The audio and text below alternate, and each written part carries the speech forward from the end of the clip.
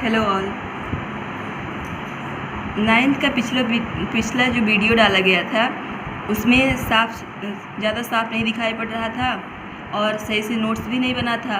बस मैंने उसमें अच्छे से समझा दिया था, उसको बुक से समझाया था। तो बाद में मुझे लगा कि नोट्स भी डाल देना चाहिए, तो इसलिए अब इसका नोट्स बना के तब समझा रही हूँ। फिर उसी टॉपिक को फिर से समझाया जा रहा है। यहाँ है गति का ग्राफीय प्रदर्शन।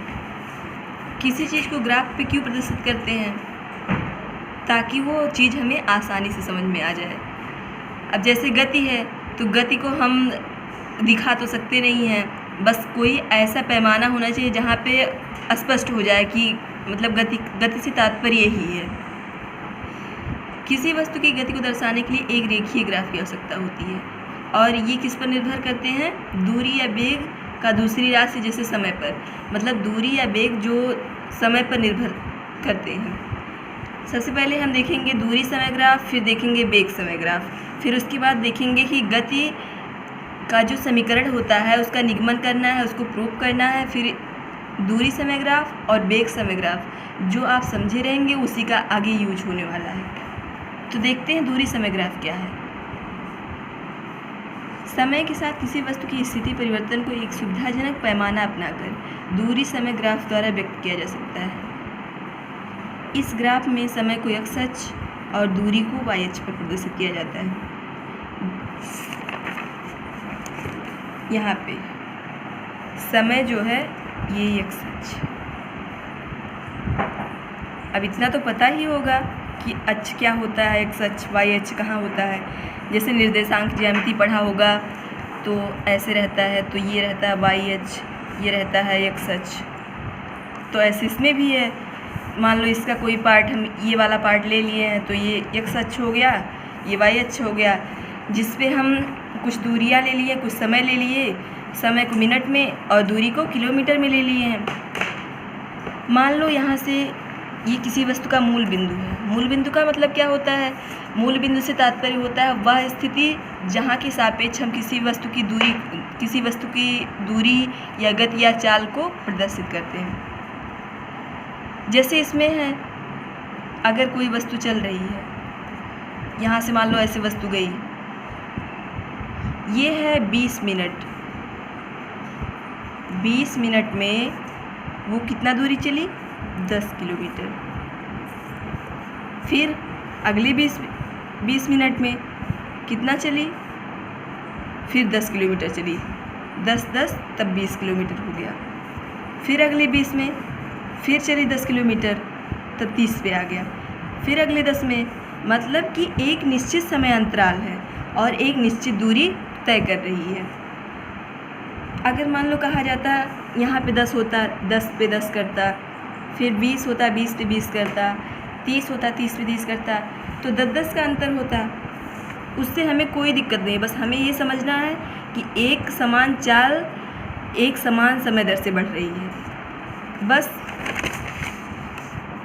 पहला नियम है, अगर कोई वस्तु की चाल एक समान दर से बढ़ रही है तब क्या होगा?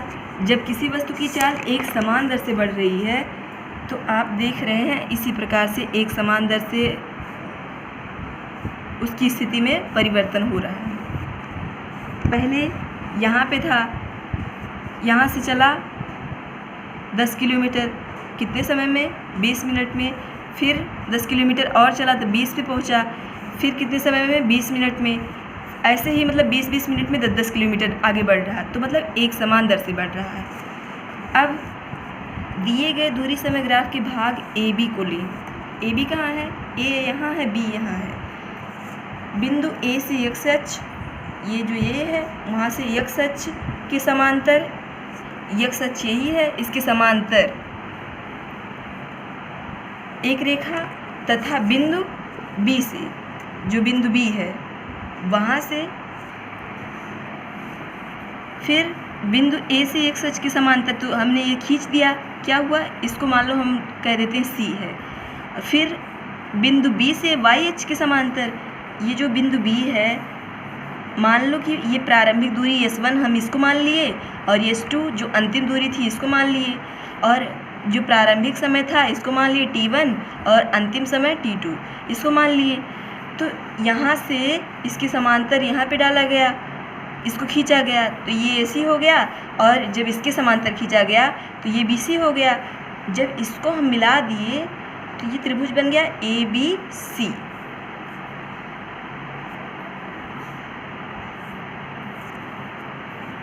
ये दोनों रेखाएं बिंदु C पर मिलकर त्रिभुज ABC बनाती हैं। इतना तो आपने समझा होगा कि त्रिभुज ABC बन गया। अब देखते हैं AC समयांतराल AC कहाँ है, यही। और मान लो ये अगर हम कहते हैं कि इसके बीच समयांतराल क्या है, तो बड़ा कौन है, 1 या 2 बड़ा है। मतलब अंतिम वाला हमेशा अंतिम से प्रारंभिक को घटाया जाता है, तो इसको घटा देंगे t2 माइनस t1। आखिर जब ये मान लो कोई आयत होता है तो उसके आमने सामने की भुजा बराबर होती है या नहीं होती, बराबर होती है। तो अगर ये t2 माइनस t1 है तो ये भी तो वैसे ही होगा, वैसे सेम इधर भी है। ये हो गया s2 माइनस s1, यहाँ भी बन गया है आयत, तो इसके भी सामने की भुजा बराबर होगी, मतलब s2 माइनस s1 ये भी होगा। BC दूरी हो गई s2 माइनस s1। AC समय अंतराल क्या हो गया, t2 माइनस t1।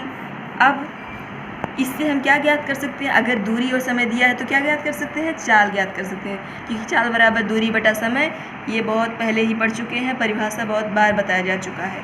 तो हो गया, ये सूत्र था B बराबर S/T। यस क्या दिया है, दूरी, कुल दूरी। मतलब यहाँ पे इसमें ग्राफ में क्या लेंगे, s2 माइनस s1, तो इसको हमने ले लिए s2 माइनस s1, और समय t2 माइनस t1। बस हमको यही समझना था, इतना ही, जब किसी वस्तु की चाल एक समांतर हो।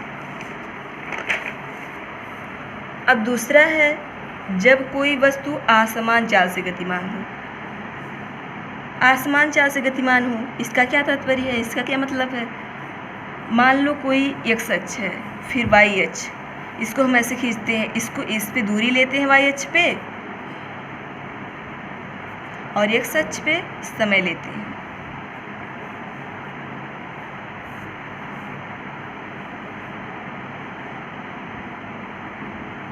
मान लो ये दो मान लेते हैं मिनट ही है, और इसको मान लेते हैं किलोमीटर है। ये किलोमीटर में है, ये मिनट में है। 2 मिनट में कितना चला, यहाँ मान लो कहीं 2 किलोमीटर चला। अब ग्राफ तो है नहीं कि बहुत अच्छे से इसमें से दिखेगा, जब आप इसको ग्राफ पे करेंगे तो अच्छे से कर पाएंगे। 2 पे मान लो चला 3, 4 पे मान लो चला 5 के बीच में 4 ही रहेगा। मान लो 2 पे 2 चला, 4 पे चला 4, 6 पे चला, यहाँ मान लो 9 पे, फिर 8 पे चला 8 या 8 पे चला, यहाँ कहीं मान लो 18 पे चला, फिर 10 पे चला 16 वाला, फिर 12 पे चला 24 या 25। तो इस प्रकार आप क्या देख रहे हैं, आप देख रहे हैं कि अगर समय और दूरी, जिस प्रकार से समय बढ़ रहा है उसके हिसाब से दूरी नहीं परिवर्तित हो रही। कभी 2 बढ़ रहा है तो कभी 4 बढ़ रहा है, तो कभी 3 बढ़ रहा है, कभी 8 बढ़ रहा है। इस तरह से मतलब एक निश्चित समय अंतराल नहीं है, एक निश्चित दूरी नहीं है। जिस प्रकार से परिवर्तन एक बराबरी में होना चाहिए उस तरह से नहीं हो रहा है। तो इसका मतलब हुआ कि वस्तु असमान चाल से गतिमान है। बस इतना ही लिखना था।